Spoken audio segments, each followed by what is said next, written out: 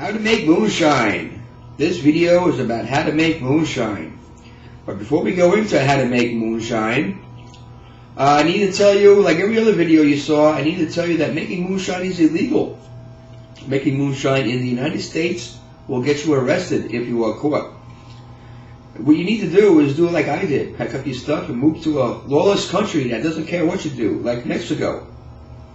That's right, I am in Mexico making moonshine. Second, making moonshine is dangerous. Anybody seen cooking moonshine in their kitchen will never be accused of being the smartest fellow in the world. And finally, like everything else, having the proper tools and equipment is key. Alright, with all that, let's make some moonshine.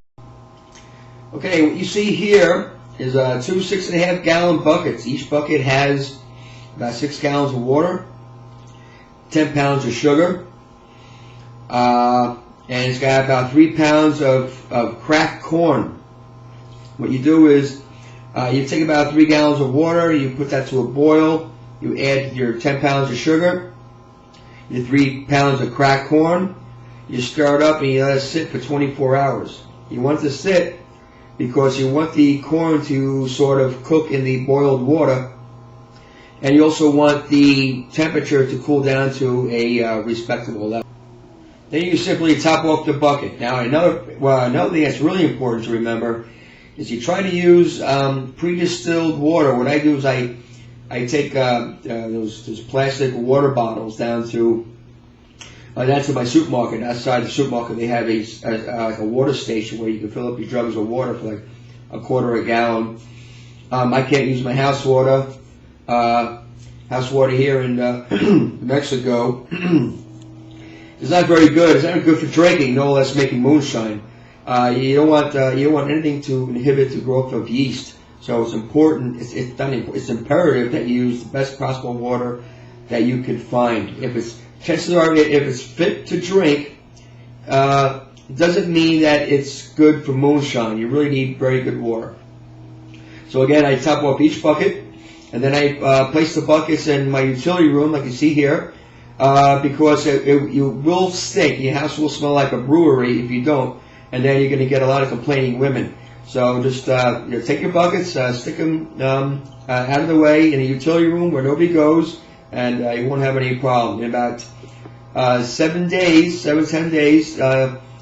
those stoppers on top of the buckets will stop to bubble. Once they stop bubbling, you are ready to cook your moonshine. I have a number of stills. I have a 2 gallon still, and I have a 5 gallon still.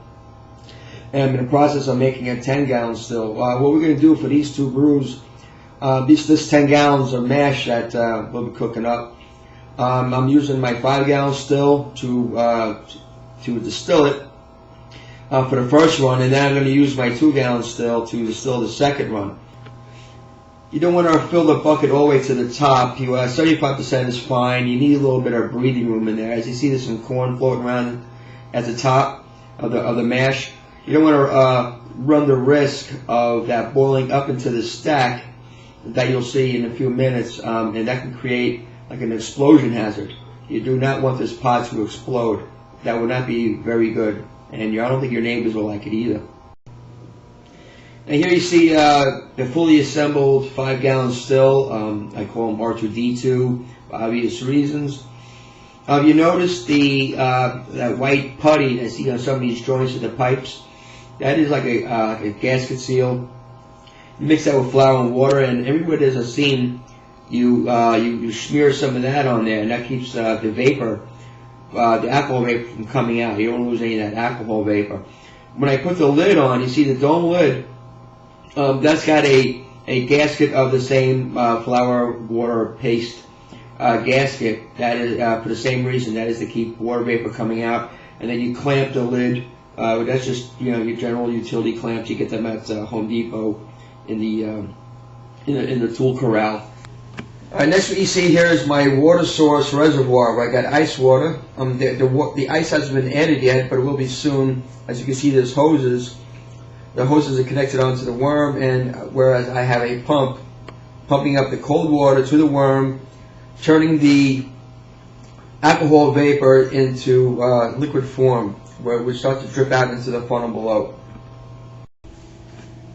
I have fired up the still. As the mash comes to temperature, between 140 to say 170 degrees, you'll start to see a slow drip coming out of the end of the pipe.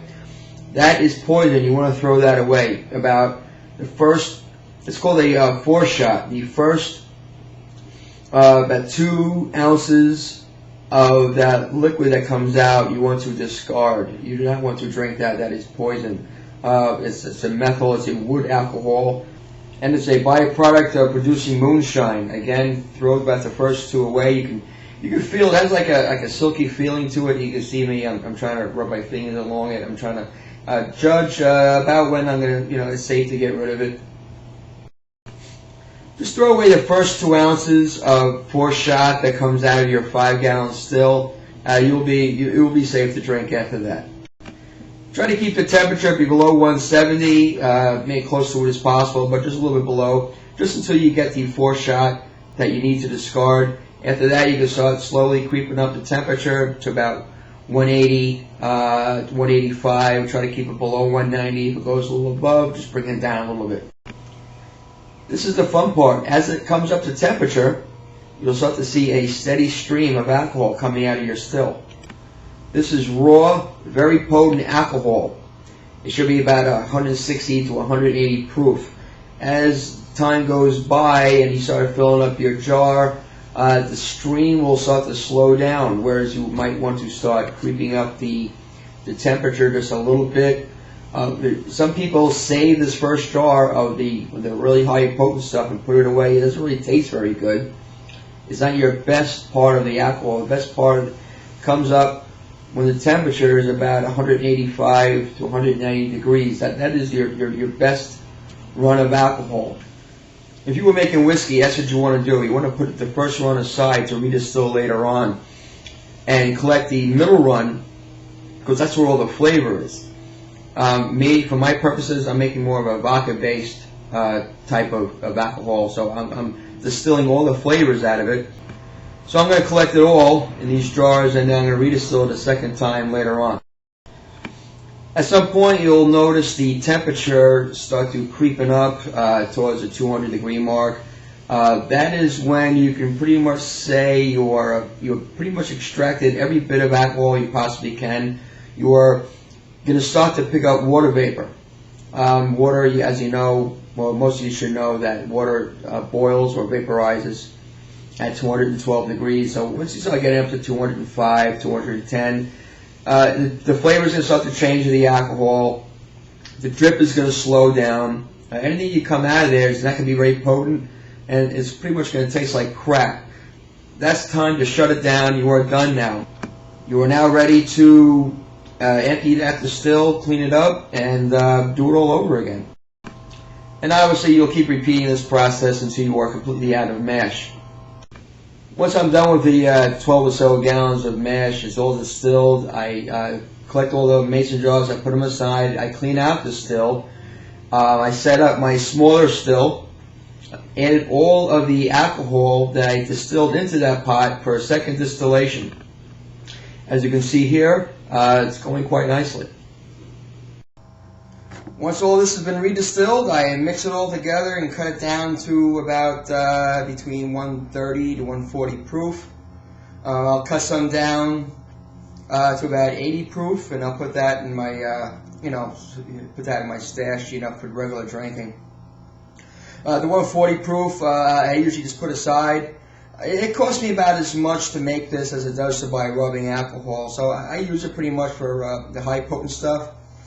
I'll use it when I'm by myself. When I'm around my friends, I'll drink 180 stuff that I mix together. But I try not to let anybody really drink to 130 to 140 proof. I'll drink that myself. I'll use it to help me start my barbecue and things of that nature. Overall, the cost of it is about the price of rubbing alcohol. So, I'm a fan of using alcohol to light lights. As a prepper, alcohol to me is very appealing. Something I want to save and keep in store for lighting barbecues, for for an oil lamp, for cooking. I I can make it even more potent and put it in my E85 car. So it's appealing to me to have this stuff around. So, it's good if you're going to get into making any of this. It's good to have some 80 proof that you cut. If you can be drinking with your girlfriend and stuff, it's really not responsible to be letting your friends drink anything above that. Especially being, if they, God forbid something happens to them, you might be liable. So the 140 stuff, keep for yourself. The 180 proof stuff, you keep for your friends. There's 190, or 140 is good for lighting fires. Anything above 120, anything below 120, fires are hard to light. It's got a lot of water in it. Anything above 140, again, is great for lighting fires. When the shit hits the fan, which it will happen, the shit will hit the fan. The stuff's going to burn, and you'll be eating. So, try to keep some of that around. It's good to have a still around to really make the potent stuff, so you can mix it with your gasoline, because gas is, it's going to be very expensive. So that's about it. And that, my friends, is how we make the moonshine. I hope you got anything out of this. This is not the only way to make moonshine. These aren't the only stills. The only way to put together a still. I would recommend at least a 10-gallon. That's what I'm working on now. We saw here in the video, like I said, was a 5-gallon and a 2-gallon. So that's about it. That's how you make the moonshine. Again, thanks for watching. Enjoy the rest of the video, and good day, my friends.